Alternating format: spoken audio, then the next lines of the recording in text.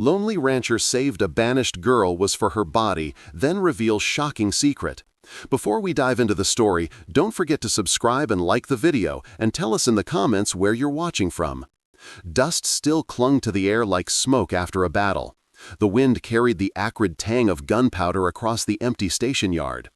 Elias Blackwood stood on the porch, his rifle trained on 3 mounted Apache warriors who held their ground with grim patience. Between them, the body of a young man lay sprawled face down in the dirt, blood soaking into the hard-packed earth. The silence that followed his death pressed against every ear, heavy and unyielding. A lone rider approached from the road. His horse moved at an unhurried pace, but the man in the saddle carried an authority that drew every gaze. The star pinned to his vest gleamed faintly in the dying light of day. Sheriff Matthew Caldwell. He swung down from the saddle with deliberate care, his boots crunching against the gravel. His hand rested easily on the butt of his revolver, though he did not yet draw it. "Evening," he said, his voice calm but edged with steel. "I hear trouble made its way out here." Seems I was right. His eyes shifted to the body in the dirt. One man's dead already. That makes it my business. Elias didn't lower his rifle. His voice was flat, but his eyes never wavered. "Sheriff, these men came hunting. She didn't start this fight." At the word she, movement stirred behind him. Meadow stepped into view, hesitant, her fingers tightening around the thin bone necklace at her throat. Her eyes flickered toward the Apaches across the yard, and one of them spat into the dust. Caldwell's gaze settled on her, his expression unreadable. "And who might this be?" "Her name is Meadow," Elias answered, standing a fraction taller. "She hasn't done anything wrong, but they want her dead all the same." The Apache leader leaned forward in his saddle, his voice low but fierce. "She carries a curse. The spirits demand she burn." His hand tightened on his rifle. Caldwell's head turned slowly, his stare pinning the man like a nail to wood. "Murder by another name is still murder," he said evenly. "And out here, that falls under my law." The tension rippled through the yard. Elias's arms ached from holding the rifle steady, yet he dared not ease his grip. He remembered the verse he had whispered once, alone by the fire on his ranch, long before Meadow came into his life. "The Lord is close to the broken-hearted and saves those who are crushed in spirit." Psalm 34:18. Back then, he had spoken it for himself. Tonight, the words echoed for her. Meadow's breath trembled in her chest, but she stepped closer to him, as if the old scarred rancher was the only barrier left between her life and the fire her enemies promised. The sheriff's eyes swept over them all, the dead man in the dirt, the tense warriors, the scarred veteran, and the scarred veteran, clutching bones that whispered of secrets not yet told. "Everyone lowers their guns," Caldwell said, his voice like iron striking flint, "or we'll bury more than one before this night's done." The standoff at Riley's station froze like a painting, each figure locked in suspicion and unease. Yet for Meadow Eagle, the tension outside was only the echo of a deeper fire she had already escaped. 3 months earlier, in the heart of the Chiricahua lands, the drums had sounded through the night. Shadows of warriors flickered against the flames of the council fire as Stonecrow, the tribal elder, raised his hand for silence. His voice had carried the weight of doom. "She is marked," he declared, pointing to Meadow where she knelt, bound before him. "The drought comes because of her. The sickness took our children because of her. She is half-blood, a wound upon the people. The spirits demand she be cleansed by fire." The words fell like stones. Meadow's chest heaved as the bone necklace her mother had given her was ripped from her dress and displayed as proof of her curse. She heard the muttering of the women, the anger of the warriors, the resignation of the elders. Fear had become faith, twisted into cruelty. But not all believed. In the crowd, a younger warrior had stepped forward, his eyes defiant even under his Uncle Stonecrow's glare. Ravenhawk. He had been the first to kneel beside her, whispering so only she could hear. "You must live. The truth is not yet told. Run when I give the chance." That night, under cover of darkness, he cut her bonds and led her away from the fire. They fled through canyons, pursued by riders, until exhaustion dragged her down at the river's edge. Ravenhawk pressed the necklace back into her hands, whispering, "Find the one who will protect you. Then seek the truth my father died for." And then he was gone, vanishing into the night, a shadow swallowed by the rocks. When Meadow awoke, it was not the young warrior at her side, but a stranger with gray at his temples and grief in his eyes. Elias Blackwood. He had been checking his herd when he found her half buried in the sand of the riverbank, her skin scorched by sun and fever. For 2 days, he nursed her back to life in the single-room cabin he called home. He said little, but in his silence she felt no judgment. His hands, scarred from years of labor and war, were steady as he offered her water, as he wiped the sweat from her brow. The cabin smelled of leather and wood smoke. A worn Bible lay on the table, its pages marked with ash and time. She remembered waking in the night to hear his low voice, murmuring words she did not understand, a prayer broken by pauses of pain.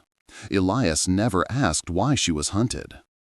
He only said, "You're safe here for as long as you need." But safety had proven fleeting. The day riders appeared on the ridge, dark against the desert sun, she knew Stonecrow's reach had not ended. Now, standing once more in the crosshairs of rifles and vengeance, Meadow's hand closed tightly over the bone necklace. Her mother's gift, her tribe's curse, her only link to a truth long buried. And behind her, she felt Elias's steady presence, as unyielding as the stone hills of the frontier. To continue this adventure, please subscribe to our channel. It helps us keep creating. The air around Riley's station hadn't softened since the sheriff's command. Weapons had lowered, but tension clung like a second skin. The body in the dirt remained where it had fallen, a mute reminder of how quickly blood could soak into dry ground. From the edge of the porch, another figure stepped forward. His hair hung in dark strands to his shoulders, dust streaking his face. A bow rested loosely at his side, yet his stance carried the quiet readiness of a man born to conflict. Ravenhawk.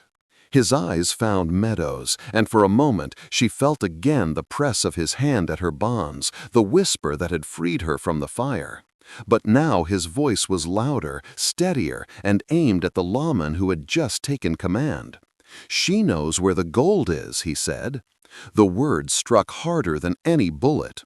Elias stiffened at her side, his rifle angled downward but not yet lowered.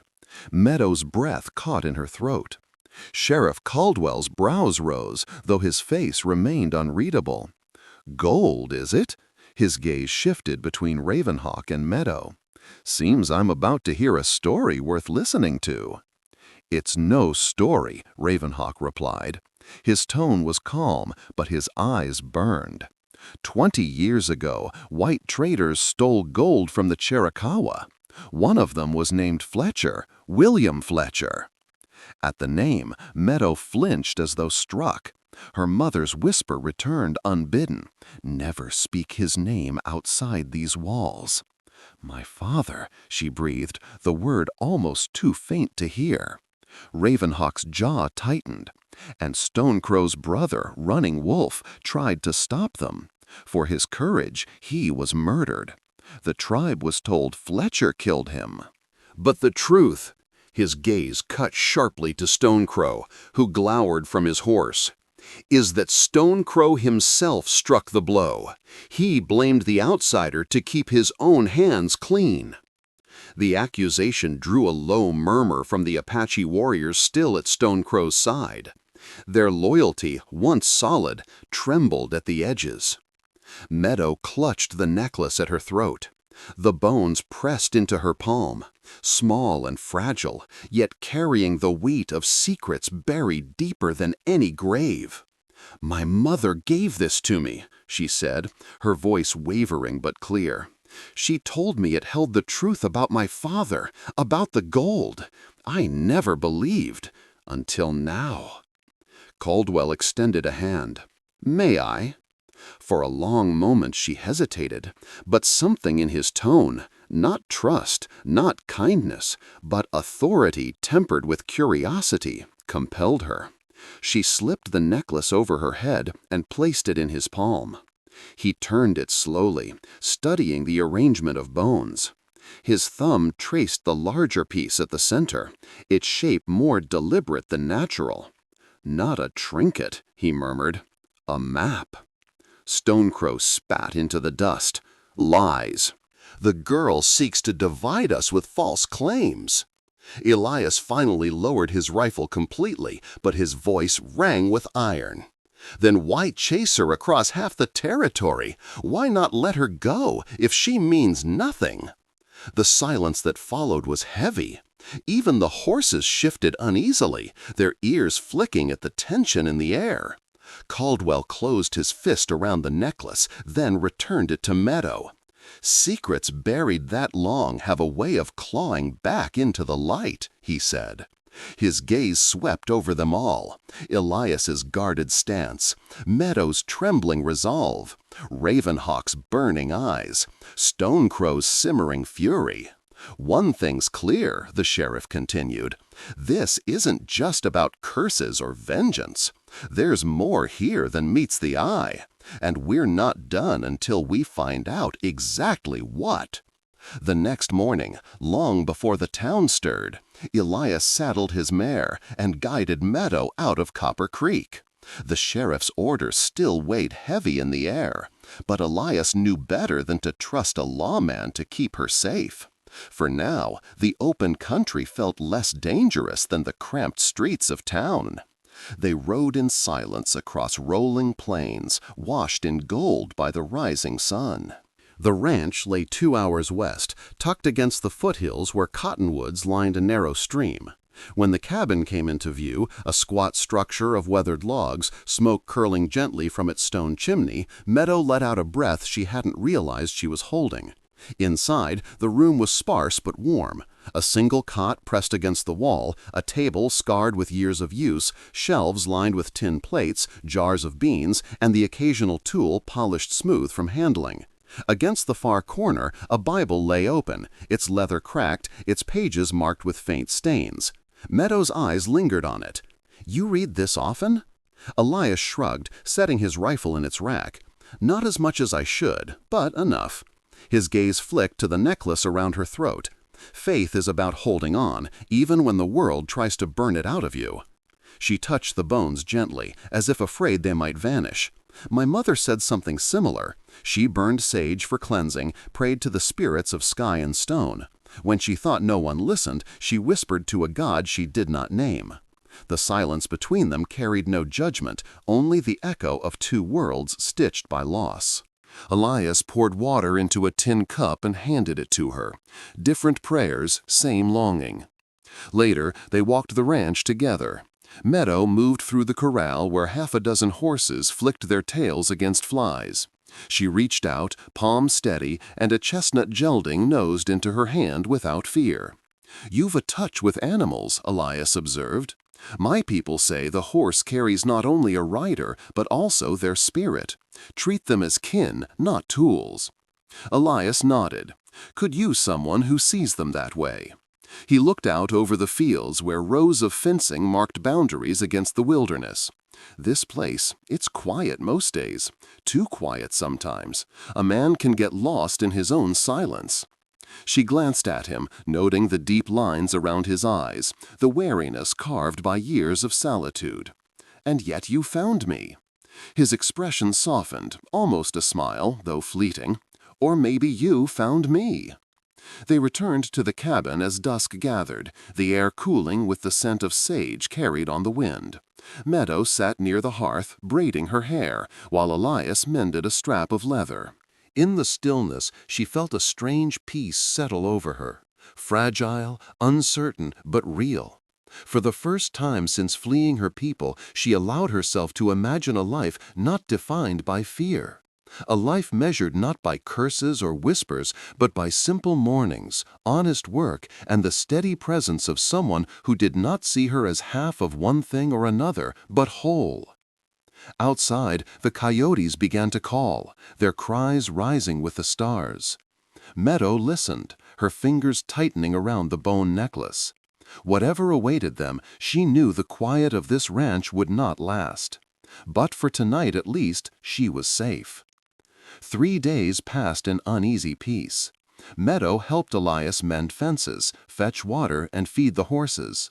The ranch's rhythm was steady, grounding her in work that left her muscles sore, but her heart lighter. Yet beneath the calm, shadows of the past stirred. Whispers of firelight, the weight of her mother's last words, and the haunting knowledge that Stonecrow's fury had not burned out. One evening, just as the sun bled into the horizon, Elias noticed movement at the far edge of the pasture. He reached instinctively for his rifle. A lone rider approached at a measured pace, the outline of feathers bound in his dark hair catching the last light. Ravenhawk. Meadow froze at the sight of him. A memory struck, his hands cutting her bonds, his voice urging her to run. Gratitude tangled with fear. Elias stepped in front of her, rifle leveled. "You've got nerve showing your face here." Ravenhawk dismounted with slow grace, leaving his bow slung but his hands empty. "I come not as an enemy, Blackwood. I come for the truth."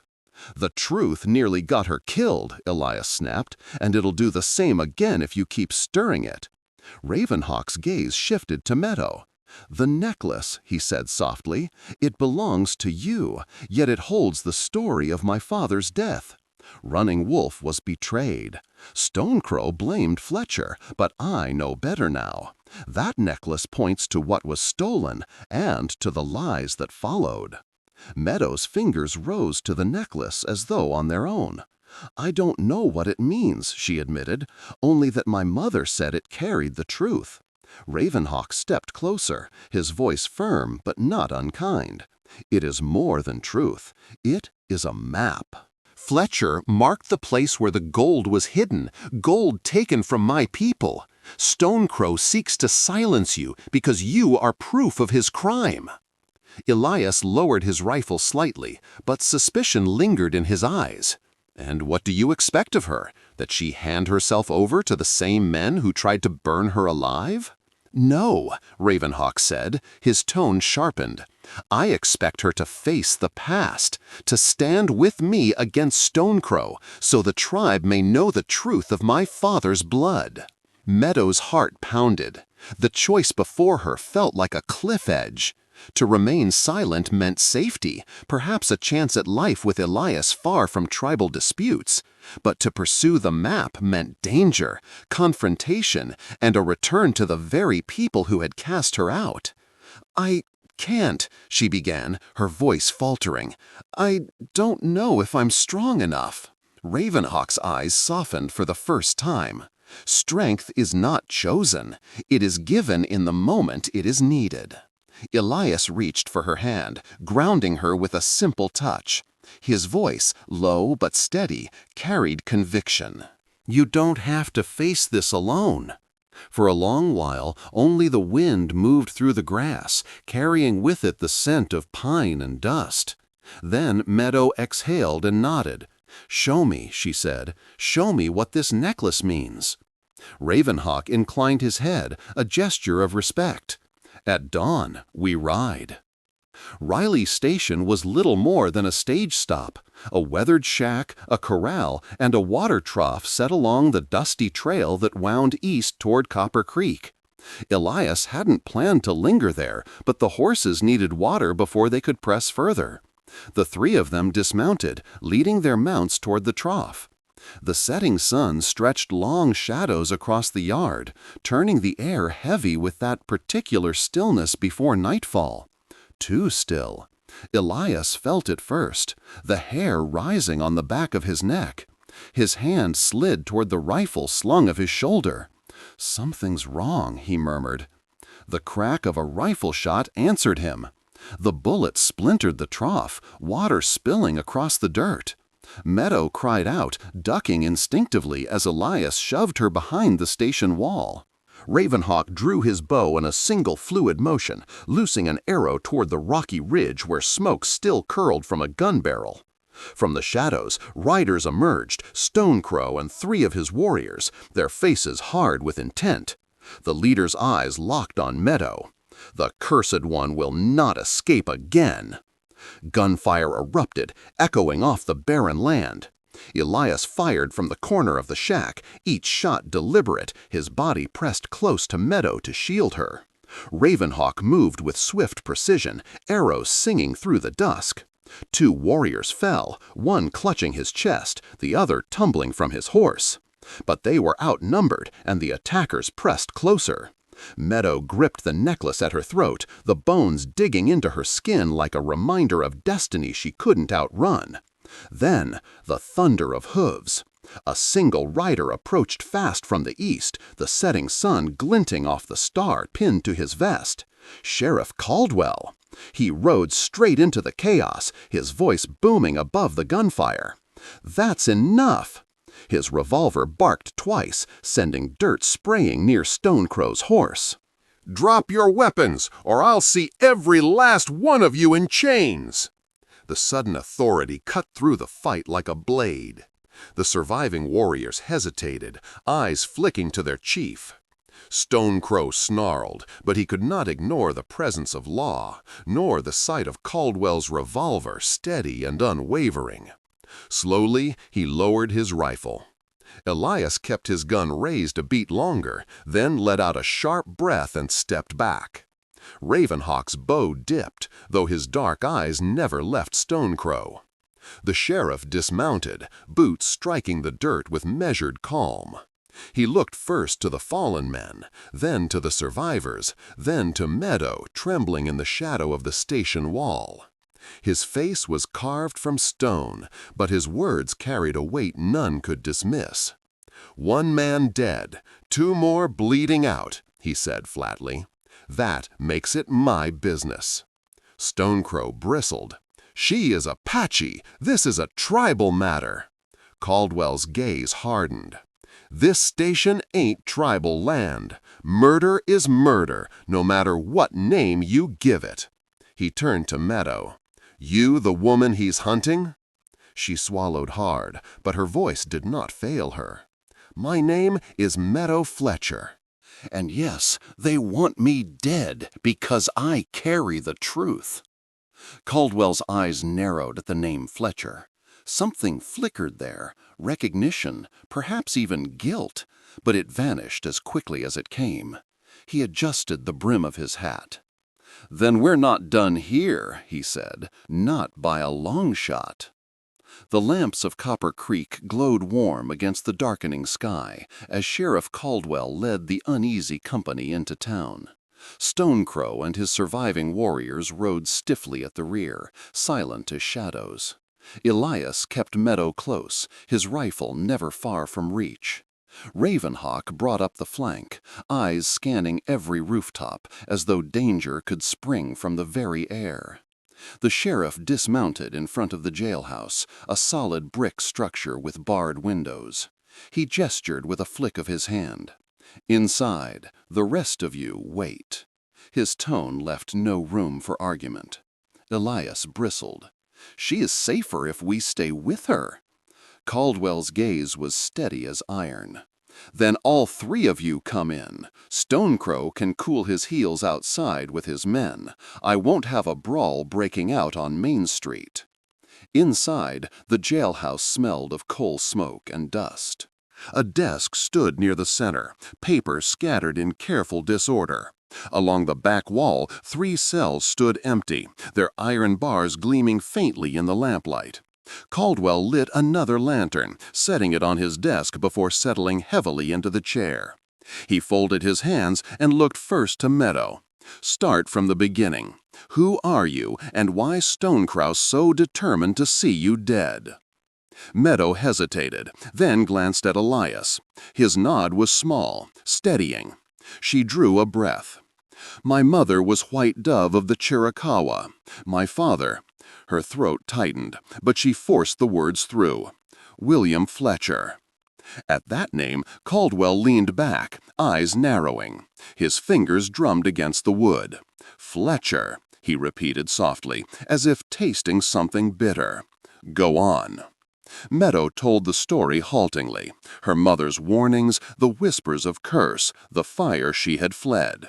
At last she touched the bone necklace at her throat. This is what Stonecrow fears. My mother said it carried the truth. I didn't understand, but it's more than ornament. Ravenhawk stepped forward, his voice steady. It is a map. My uncle killed my father and blamed Fletcher. The gold they stole was hidden, and this necklace holds the way. Elias leaned against the desk, arms crossed. So all this bloodshed is about treasure buried 20 years ago? Not just treasure, Ravenhawk corrected. Justice. Caldwell extended a hand. Let me see it. Meadow removed the necklace slowly, placing it in his palm. He turned it carefully, his thumb tracing the largest piece at its center. The sheriff's eyes narrowed as if recalling something from long ago. Then, deliberately, he set it back in her hands. Interesting, he said quietly, but a necklace won't hold up in court. Meadow's heart hammered. There's more, she whispered. With trembling hands, she pulled at the neckline of her dress, lowering it just enough to reveal the tattoo inked on her shoulder, an eagle with wings outstretched, marked deep into her skin. The sheriff rose, stepping closer to examine the mark in the lamplight. His expression tightened, recognition, maybe even fear, before his features smoothed back into neutrality. I've seen that before, he said softly, long ago. Where? Elias demanded. Caldwell's gaze shifted away, evasive. That's not the question right now. The question is what to do with a lot of you before more blood spills. His words hung heavy in the air. The fire crackled faintly in the iron stove, its warmth doing little to ease the chill that had settled in Meadow's bones. She realized, with a sudden weight, that truth was no longer a distant mystery. It was here, alive, staring at her from behind the sheriff's guarded eyes. The lamplight flickered across the sheriff's face as silence pressed close. For a long while, no one spoke. The necklace lay cool against Meadow's skin once more, and the eagle tattoo burned faintly as if it knew its time had come. At last, Caldwell straightened. Here's what we'll do. At first light, we ride. All of us. Fletcher's gold won't stay buried forever, and if this necklace leads where you claim, then it's better I see it myself than hear it whispered across the territory. Elias stiffened. You expect us to ride alongside Stonecrow after what happened at Riley Station? I expect you to stay alive, Caldwell shot back. His tone carried the sharpness of a man used to command. I'll keep myself between you. No more shooting unless I say so. You have my word. Ravenhawk's eyes narrowed. Your word is not enough. I've heard stories of lawmen who bend the truth for a price. The sheriff's expression hardened, though he did not deny it. Believe what you will, but know this. If we don't resolve this matter, more will die. Maybe in Copper Creek, maybe in your tribe, maybe you. Meadow looked between them, her voice quiet but steady. Then we ride, because the truth must be known. Her words stilled the room. Elias studied her, the hard lines of his face softening. Truth, he murmured. Dangerous as bullets, but sometimes just as necessary. Ravenhawk inclined his head. The truth is all that has ever mattered. It was then Meadow remembered the old verse her mother had whispered when storms rattled the canyon. You will know the truth, and the truth will set you free. John 8:32. The words rose unbidden, steadying her heart. She repeated them aloud, her voice trembling yet filled with conviction. For the first time, Elias did not scoff at Scripture. Instead, his gaze lingered on her with a quiet respect. Ravenhawk, though unfamiliar with the source, seemed to understand the weight of her words. Even Caldwell's eyes flickered, though his face soon closed again. The sheriff moved to the cells at the back of the jail. "You three will stay here tonight. Safer than leaving you loose while Stonecrow prowls the same streets. He and his men will quarter across the road under guard." Elias bristled, but Meadow touched his arm. "Let it be. We need rest for tomorrow." Reluctantly he nodded, following her into the narrow cell. The iron bars clanged shut, though Caldwell left the locks untouched. "Not prisoners," he said, almost as if convincing himself. "Just keeping the peace." As the sheriff returned to his desk, Meadow lay on the cot, staring at the ceiling. Through the bars, she could see Elias by his window, watching the darkened street. Ravenhawk sat cross-legged on his own cot, eyes closed in silent prayer to spirits unseen. Sleep did not come easily. Every creak of the wooden floorboards, every murmur outside stirred her awake. Yet beneath the fear, a strange calm took root. Tomorrow, the truth buried in the rocks and river would rise. And with it, perhaps, freedom. The journey to explore the Wild West is still long. Subscribe to hear more true stories. If you're still watching, drop a 1 in the comments. Dawn broke with a hard copper light. The party rode out of Copper Creek in silence, their shadows stretching long across the frost-tipped grass. Sheriff Caldwell set the pace, his posture rigid in the saddle, the star on his vest catching the morning sun. Behind him rode Meadow, Elias, and Ravenhawk, with Stonecrow and his warriors trailing at the rear like wolves circling prey. The road north cut through rolling plains, then narrowed into rocky trails where the sagebrush clung stubbornly to the soil. Meadow had never seen the land look so vast, so untamed. The mountains ahead rose like jagged teeth, their snowless peaks etched sharp against the sky. She tightened her grip on the reins, her eyes flicking often to the bone necklace that lay heavy against her chest. Elias rode close, ever watchful. He scanned every ridge, every outcropping of stone, as if expecting ambush at any moment. His hand rested lightly on the rifle in his saddle scabbard. He had known battles before, yet this felt different. Not war, not survival, but destiny drawing its noose. Ravenhawk, stoic as ever, kept his gaze fixed northward. His words from the night before lingered with Meadow. Strength is given in the moment it is needed. He rode with the stillness of one who carried more than his own burden. To him, the path to Eagle Rocks was not only about stolen gold, but about the truth of his father's blood. Stonecrow muttered to his men in Apache, his voice low and sharp. Though Meadow could not catch the words, she felt their venom. More than once, she saw his eyes shift toward her, burning with both fear and hunger. Fear of her survival, hunger for the treasure she represented.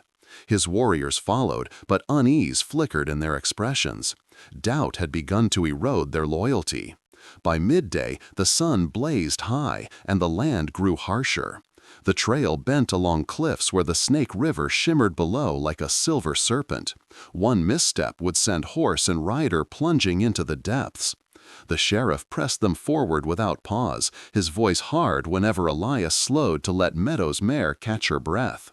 "Keep moving," Caldwell barked. "Daylight won't wait for us." The hours stretched heavy. Sweat darkened the horses' flanks, dust coated lips and throats, but still they pressed on. No one spoke of turning back. The point of no return had been crossed when they left Copper Creek. Whatever waited at Eagle Rocks would either vindicate them or destroy them. Late in the afternoon, the valley opened wide. There it stood, Eagle Rocks.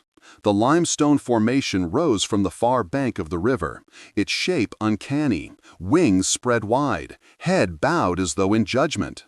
Shadows clung beneath its carved wings, and the river bent like a bowstring at its base. Meadow's breath caught. The necklace at her throat seemed to pulse with life, its pattern perfectly matching the sight before her. "This is it," Ravenhawk said quietly. His voice held no triumph, only gravity. "The place where truth waits." No one answered. Even the sheriff's face, hard as carved oak, showed a flicker of awe. The long ride was over. The reckoning had begun. They dismounted at the riverbank, the thunder of hooves giving way to the hush of flowing water. The Snake River curved wide, its surface flashing with light where the afternoon sun struck. Overhead, Eagle Rocks loomed, its vast wings of stone casting long shadows across the ground. No one spoke. The weight of the place seemed to demand silence. Sheriff Caldwell tethered his horse to a cottonwood and lit a lantern from his saddlebag. The flame flickered against his weathered face, throwing hollows beneath his eyes. "If there's anything here, we'll find it," he said flatly. "Stay sharp." Meadow traced the necklace laid across her palm. The arrangement of bones had always seemed random, until now. Each curve and angle mirrored the valley before her.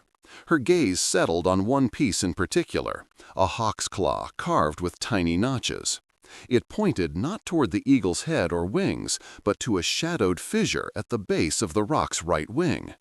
"There," she whispered. Elias followed her gaze. The opening was narrow, no more than a jagged seam in the limestone, easily overlooked unless one knew to seek it. He shifted his rifle and muttered, "Looks like trouble waitin'." Stonecrow stepped forward, eyes gleaming with hunger. The bones speak. She was meant to find this. Ravenhawk's jaw clenched, but his voice was calm. It was meant for truth, not for greed. Caldwell raised the lantern, casting its glow against the fissure. Cold air breathed from within, smelling of damp stone and secrets long hidden. He tested the gap, turning sideways to slip in. The lantern's glow vanished with him, leaving the others in tense shadow. "Move!" Elias ordered softly, guiding Meadow after the sheriff. Ravenhawk followed close, bow ready, while Stonecrow and his warriors pressed from behind. The passage was tight, stone scraping against shoulders and boots clattering on uneven ground. Then, without warning, the space widened. The fissure opened into a chamber perhaps 20 feet across, its ceiling arching high above, etched by centuries of water and time. Caldwell's lantern revealed smooth limestone walls and a hollow in the floor like a natural basin. Strange markings, half worn by erosion, curled across the rock. Spirals, feathers, and above all, the form of an eagle, wings spread wide. Meadow stepped forward, her heart pounding. Her mother's stories came rushing back, fragments of whispers she had never understood until this moment. She knelt by the basin, brushing away dust. Beneath her fingers, a carving emerged, an eagle identical to the one inked into her shoulder. "This is the place," she said, her voice trembling. "My father marked it. He wanted it found." The air thickened. Even Stonecrow's warriors shifted uneasily, as though they felt the weight of eyes unseen. Elias kept close to Meadow, his rifle angled low but ready. Ravenhawk studied the carvings, his expression unreadable, but his eyes glinted with fire. Sheriff Caldwell lowered the lantern toward the basin. Its light caught something unnatural, a faint seam in the stone. He straightened, voice cool. "Looks like we found our way in." The chamber seemed to hold its breath. One more step, and the secrets buried 20 years would come clawing into the light. The chamber was silent except for the hiss of the lantern flame. Caldwell knelt by the basin, brushing grit from the seam in the stone. "Help me with this," he ordered. Elias joined him, sliding his rifle against the wall within arm's reach. Together they pried at the slab, stone grating against stone until a hollow click echoed. The slab shifted, dropping slightly on one side. With a final heave, they dragged it aside, revealing darkness below. Lantern light spilled into the hidden space, a cavity 4 feet deep. Inside lay leather pouches, their seams split, spilling gold coins, nuggets, and ingots dulled by time but unmistakable in their luster. A low hiss escaped Stonecrow. His warriors murmured in their own tongue, eyes wide. Greed and awe warred in their expressions. Ravenhawk's face remained grave. "My father died for this," he said quietly. Meadow's eyes darted among the glittering metal, yet it was not the gold that drew her. Tucked in the corner of the chamber lay a smaller bundle wrapped in deerskin. She reached for it, heart hammering, and lifted it gently into her hands. "What is it?" Elias asked, wary. Her fingers fumbled at the knots until the wrapping fell away. Inside was a folded sheet of paper, yellowed and fragile but legible. Ink marks still traced across its surface, written in a firm hand. At the bottom, a name, William Fletcher. Meadow's breath caught. "It's from my father." She held the letter up and in the lantern's glow began to read aloud. "If you are reading this, then I am surely dead. The gold in this place was stolen from the Chiricahua Apache in 1852. I was part of that theft, alongside Stonecrow. His brother, Running Wolf, tried to stop us. Stonecrow killed him and placed the blame upon me. I cannot wash the blood from my hands, yet I cannot let the lie remain. May this confession restore truth, if not my soul." Her voice faltered, but she pressed on, her hands trembling. "I loved White Dove, though I never confessed the full weight of my guilt. She bore my child, who will grow not knowing their father's sins. If you are Apache, return this gold to your people. If not, may you use it for justice. I ask only for mercy I do not deserve." The chamber fell into silence. The words settled like thunder, echoing long after Meadow's voice had ceased. Stonecrow staggered back a step, his face pale in the lantern's glow. His men stared at him with dawning horror. Ravenhawk's jaw tightened. "Truth at last," he said. Elias placed a hand gently on Meadow's shoulder. Her eyes brimmed with tears, not only for the man she had never known, but for the generations of lies his letter had finally undone. Sheriff Caldwell's voice broke the silence. "So it's true. Stonecrow's hands are red with his own brother's blood." Meadow closed her eyes. Her mother's words rose in her memory. Justice was not in men's hands alone, but in God's.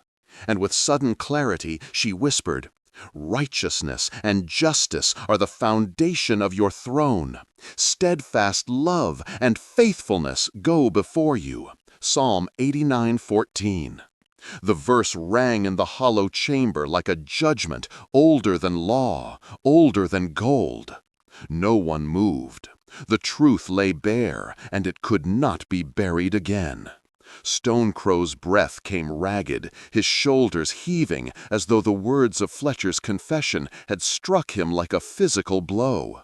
The firelight from Caldwell's lantern painted deep lines across his face, each one etched with the weight of years. But for the first time, it was not the lines of dignity or authority. It was guilt laid bare. "Lies!" he spat finally, his voice low but unsteady. "The words of a coward written to cover his own crimes." Ravenhawk stepped forward, his eyes burning with restrained fury. "Then why hide it with the gold?" His voice cut through the cave, hard as flint. "Why not destroy the letter if it were false?" The younger warriors exchanged glances, uncertainty creeping across their faces. For decades they had followed Stonecrow without question, convinced of his righteousness, of his authority rooted in blood and tradition. Now, cracks spread across that foundation. One of them, a broad-shouldered man with braids streaked gray, spoke in Apache, his voice tight. Meadow understood just enough of his words to catch their meaning. "Is it true? Did you kill your brother?" Stonecrow's face twisted. He barked back in Apache, sharp and commanding. But the younger men did not bow their heads as they once would have. Doubt had lodged like a thorn, and it would not be easily plucked. Ravenhawk's tone softened, though his words carried the gravity of judgment. "Uncle, you raised your hand against your own kin, against my father. You blamed Fletcher, condemned his bloodline, and used your lie to hunt Meadow. You would have burned her alive, all to hide the truth." Meadow swallowed hard. Though she had braced herself for this moment, hearing it spoken aloud pierced deeper than she had imagined. She felt Elias's steadying hand at her back, an anchor against the storm. Stonecrow's hands trembled at his sides. "You dare challenge me?" he roared, but his voice cracked on the last word. He looked less like a leader and more like a cornered animal, snarling as the noose tightened. The broad-shouldered warrior stepped back from his side, shaking his head slowly. The others shifted uneasily, no longer aligned in perfect unity. Their eyes were no longer weapons in Stonecrow's arsenal, they were mirrors, reflecting his shame. Sheriff Caldwell's mouth curved in a grim line. "Looks like your power's slippin', Chief. You built it on a lie, and lies have a way of crumbling when daylight finds 'em." Ravenhawk's jaw set. He placed a hand on the eagle carving above the hidden basin, a symbol of truth and legacy. "For 20 years you have ruled with fear and deceit. But today, truth has broken through stone and shadow. You cannot bury it again." Stonecrow's gaze darted between the gold, the letter still clutched in Meadow's hand, and the warriors whose faith in him was faltering. For the first time in years, he had no command that would be obeyed without question. Meadow felt her heart pound. It was not merely gold or vengeance at stake. It was the collapse of a reign built on betrayal. Her mother's words whispered in her memory, a reminder that truth was a fire no lie could quench. And as Stonecrow stood trembling in the flickering light, she saw not the fearsome elder who had pursued her across the desert, but a man unraveling under the weight of his own sins. The cave seemed to hold its breath. Stonecrow stood cornered, stripped of authority, while his warriors whispered in restless uncertainty. But before the silence could settle into judgment, Sheriff Caldwell stepped forward, his boots grinding on gravel. "Enough," he said, his voice sharp as the crack of a whip. His hand hovered near his holster. "You've all had your say. Now it's my turn." Elias stiffened, already sensing the shift. "Sheriff," he said evenly, "this isn't about you." Caldwell's eyes narrowed, hard and cold in the lamplight. "Isn't it? 15 years I've worn this badge, watching men grow fat on stolen cattle, stolen land, stolen lives. You think I never wanted my share? Fletcher told me about this place before he died. Not the exact spot, but enough to keep me searching. And now here it is, laid at my feet like God himself wanted me to have it." Meadow's heart lurched. She clutched the letter tighter, her knuckles white. "The gold was stolen," she said, her voice trembling but firm. "It belongs to the Apache. My father confessed that much." Caldwell let out a humorous laugh.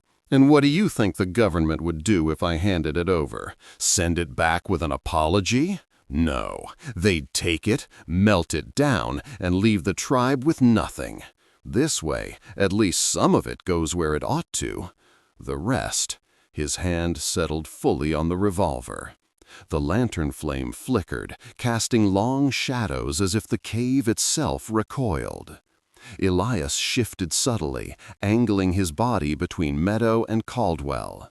His voice was low, dangerous. "That's theft, plain and simple." "Don't lecture me, Blackwood," Caldwell snapped. "You've bent the law enough yourself. I'm just tired of pretending the rules were ever made to protect folks like us." Ravenhawk stepped forward, his voice calm but edged with steel. "Justice is not yours to twist, Sheriff. Truth has spoken here. My father's blood, this woman's suffering, all of it cries out against you." For the first time, Caldwell's mask slipped. A flicker of doubt crossed his eyes, but greed drowned it quickly. With a sudden motion, he drew his revolver, leveling it at the group. "Nobody moves." "Hands where I can see them!" The cave erupted in tension. Elias froze, muscles coiled like a wolf ready to spring. Meadow's breath came fast, her pulse pounding in her ears. She could feel the cold weight of her father's confession in her hands, truth itself, a weapon sharper than any blade. Stonecrow, sensing opportunity, slithered closer to the gold. "Perhaps, Sheriff," he said smoothly, "we can make an arrangement. Split it between us. Leave the others here." Caldwell glanced at him, jaw tight, considering. The thought hung heavy in the stale cave air, betrayal upon betrayal, greed feeding greed. Meadow's stomach turned cold. For one dreadful heartbeat, she thought Caldwell might agree. Elias's voice cut through the silence like steel. "Don't you do it, Marcus!" His eyes locked with the sheriff's. "You pull that trigger, you'll damn yourself further than any outlaw you ever put in a cell." The sheriff's grip tightened on his revolver, the weight of his choice pressing down like a millstone. The gold gleamed at his feet, promising power. But the truth, Fletcher's letter, Meadow's defiance, Ravenhawk's witness, stood against him like judgment itself. And in that fragile moment, the cavern held the fate of every soul inside. The air inside the cave was stretched thin, as if one breath too sharp would ignite gunfire. Caldwell's revolver gleamed in the lantern light, its barrel sweeping across Elias, Meadow, and Ravenhawk. Stonecrow crouched near the pouches of gold, greed dancing in his eyes despite the noose tightening around his neck. Then voices. They drifted from outside, muffled at first, then clearer. Men calling, boots crunching on gravel, the jangle of tack and spurs. Caldwell's head jerked toward the fissure. His hand tightened on the revolver, but hesitation rippled across his face. "Sheriff?" a voice boomed from the entrance. It was Marcus, the general store owner, his frame tall and solid as he ducked into the cave. 4 other townsmen followed, rifles slung, lanterns held high. What in God's name's going on here? For a moment, no one moved. Then Elias stepped forward, slow and steady, making sure Caldwell's gun stayed fixed on him rather than Meadow. "You came at the right time," he said, voice rough but steady. "We found the Apache gold, and more than that, the truth." Marcus's gaze swept across the scene, the scattered gold pouches, Meadow clutching Fletcher's confession, Stonecrow's pale face, and Caldwell's drawn gun. His expression darkened. "Sheriff, lower that weapon." Caldwell didn't move. A muscle twitched in his jaw. "It's not what it looks like." Marcus's voice carried authority born not from a badge, but from the weight of community trust. "It looks like you were about to steal from both the tribe and the town you swore to protect." The other townsmen shifted, their rifles subtly adjusting.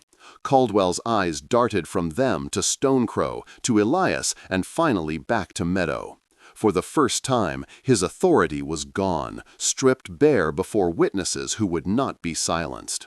Meadow's voice rose, clear and trembling with conviction. She held the letter aloft.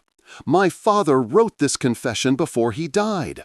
Stonecrow killed his own brother and blamed Fletcher. The gold was stolen, hidden, and cursed with blood ever since. The truth is here, written plain." One of Stonecrow's own warriors muttered in Apache, the bitterness of betrayal thick in his tone. Another turned his back on the elder entirely, shame etched in his face. Caldwell's revolver wavered. He was a lawman cornered not by bullets but by truth itself. Slowly, he lowered the gun, the weight of it seeming heavier than stone. Silence filled the cavern. Then Marcus spoke, his tone solemn. "Justice will be done. The gold will be held in Copper Creek until the governor decides. Stonecrow will answer to his people. And you, Sheriff, you've got explaining to do." Caldwell's shoulders sagged. He holstered the revolver without a word, a man undone not by violence, but by exposure. Ravenhawk stepped forward, his voice steady. "The lies are ended. My father's blood is no longer silenced." Meadow pressed the letter against her chest, whispering a prayer that seemed to carry in the stillness. "And you will know the truth, and the truth will set you free." John 8:32. The lanterns flickered against the cave walls, not as shadows of deceit, but as light unmasking every hidden thing. If you like this video, please comment number 9. If you don't like it, please comment number 0. And please leave a comment and share your feelings. By the time they rode back into Copper Creek, the sun had already dipped low, casting long shadows across the dusty Main Street. The townsfolk gathered quickly, drawn by the sight of the strange procession. Elias and Meadow riding side by side, Ravenhawk upright and solemn, Stonecrow slumped in a saddle with the weight of disgrace, and Sheriff Caldwell silent, his badge dulled by shame. Behind them, Marcus and the other men carried the pouches of gold, carefully secured, lanterns bobbing like fireflies in the dusk. The crowd buzzed with whispers. Apache gold, murder, the sheriff's betrayal. Eyes followed every movement, judgment heavy in the air. Children clung to their mothers' skirts, while old men stood grimly at the edge of the boardwalk, remembering tales of blood spilled decades past. Marcus raised his hand for quiet. This town will do right by what's been uncovered. The gold will be kept in the bank vault under guard until territorial officials arrive. No piece of it will be touched, not by us, not by anyone. A murmur of approval rippled through the crowd. Then Marcus turned, his gaze settling on Caldwell. "As for you, Sheriff," Caldwell straightened, though his shoulders sagged beneath invisible weight. His eyes met the townspeople's, but where once he had commanded respect, now he found only suspicion. "I did what I thought was best," he muttered, "to keep the gold out of the government's hands, to make sure it wasn't wasted." Marcus's voice cut firm. "You swore to uphold the law. You broke that oath." He looked around the crowd.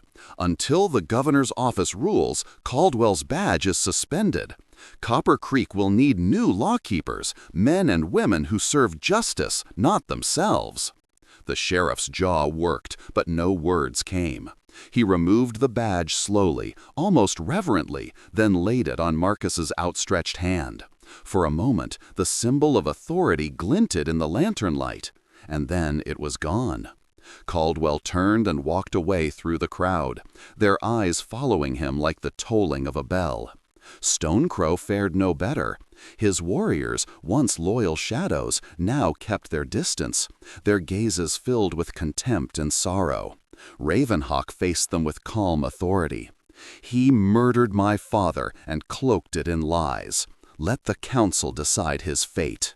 But know this, he is no longer fit to lead." There was no protest. Even those who had once raised their weapons at Stonecrow's command turned their backs on him now. He sat hollow in his saddle, a chieftain without a people, his power drained like water from a broken vessel. Meadow felt the weight of it all pressing down. The necklace at her throat no longer seemed a burden, but a key that had unlocked truths buried too long. She touched it gently, whispering to Elias, "It's over." He shook his head. Not over, but the worst has passed. His eyes lingered on her, softer now than they had ever been. "You carried the truth farther than most would dare." Ravenhawk stepped closer, his face grave but kind. "Your mother's wisdom kept you alive. And her blood, mixed though it was, carried strength enough to face both tribe and frontier. You are neither curse nor outcast, Meadow Eagle. You are the bridge between worlds." The words sank deep, a balm to wounds she had carried her whole life. For the first time, she felt the stirrings of belonging, not to one people, but to the truth itself.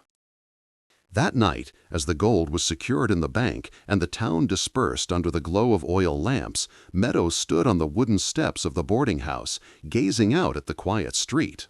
The church steeple rose at the far end, its cross silhouetted against the star-streaked sky. A verse whispered through her mind, as though carried on the evening wind.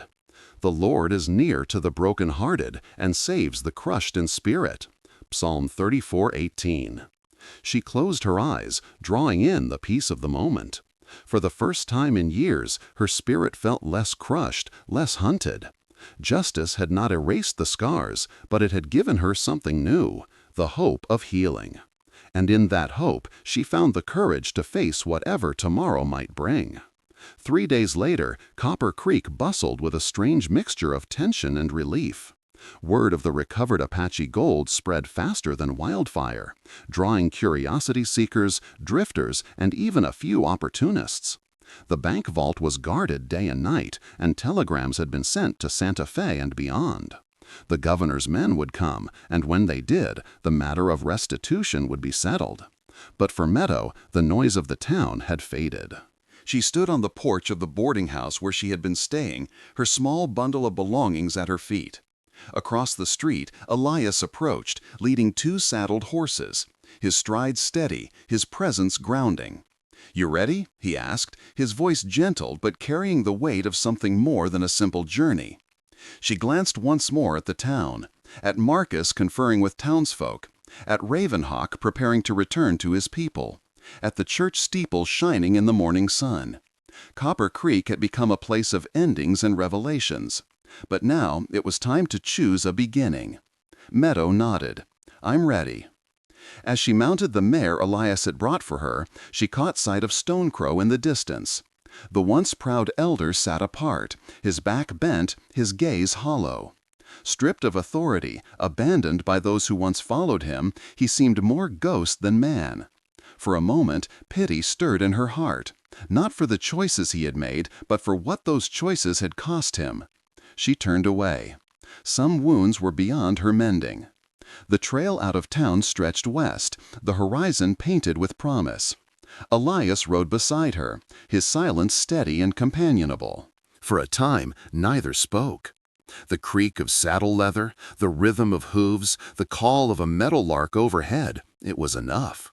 Finally, Elias broke the quiet. "You ever think about what comes next, after all this?"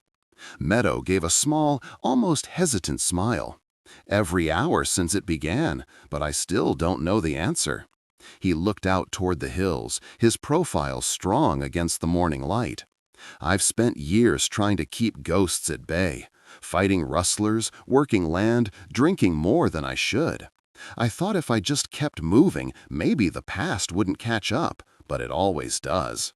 His eyes found hers, steady now. "I don't want to outrun it anymore. I want something different, a life with purpose, and maybe," his voice softened, "a life that isn't lonely." Meadow's throat tightened. The words were not a declaration, but an opening, fragile, honest. She felt the necklace at her throat, the eagle tattoo on her shoulder. And for the first time, they felt less like burdens and more like markers on a path that had led her here. "I'd like that too," she said, her voice steady despite the flutter of her heart. "To build something new. From broken pieces, maybe? But new all the same." His smile was slow, almost shy, but it reached his eyes, softening the scars time had etched there. They rode on, the land opening wide before them, rolling hills, scattered pines, the shimmer of a river in the distance. Somewhere ahead lay Elias's ranch, modest but real, a place where fences could be mended, horses trained, and perhaps a home built not only of timber and stone, but of trust and grace. As the ranch came into view, Meadow felt a sense of rightness. This was not an ending, but a beginning, one born from hardship, from truth, from faith tested and found enduring. Her mother's words returned to her, carried like a blessing. "We carry our ancestors in our blood and bones. Their stories live through us." Meadow touched the necklace once more, then let it rest against her heart. Elias dismounted first, reaching up to help her down. His hand lingered on hers, warm and steady. "Welcome home," he said simply. The words carried a weight beyond the place itself. Home was not a cabin or a corral. It was belonging. It was being seen, accepted, cherished. Together they walked toward the cabin, side by side. The golden afternoon light wrapped around them, gentle and full of promise. And though the scars of the past would always remain, they were no longer chains. They were part of a story still being written. Meadow breathed deeply, her heart steady. Justice had spoken, truth had endured, and hope had found its way through the ashes. And in that hope, she stepped forward into the life she had thought forever out of reach. There's something timeless in stories like Meadow's, not only about gold and betrayal, but about truth rising after years of silence, about a young woman carrying her mother's wisdom through fire and finding a place where she truly belonged. Perhaps you, too, know what it is to feel like an outsider, to carry old scars, or to search for a home that feels steady at last. The Wild West was never only dust and gunfire. It was courage, faith, and the quiet victories of the human heart. If this tale touched you, I invite you to journey with us through more true Wild West stories, where history, faith, and humanity meet under the endless sky. Subscribe, share, and let these voices from the frontier remind us that hope is never lost, and that even in the harshest deserts, grace can bloom again.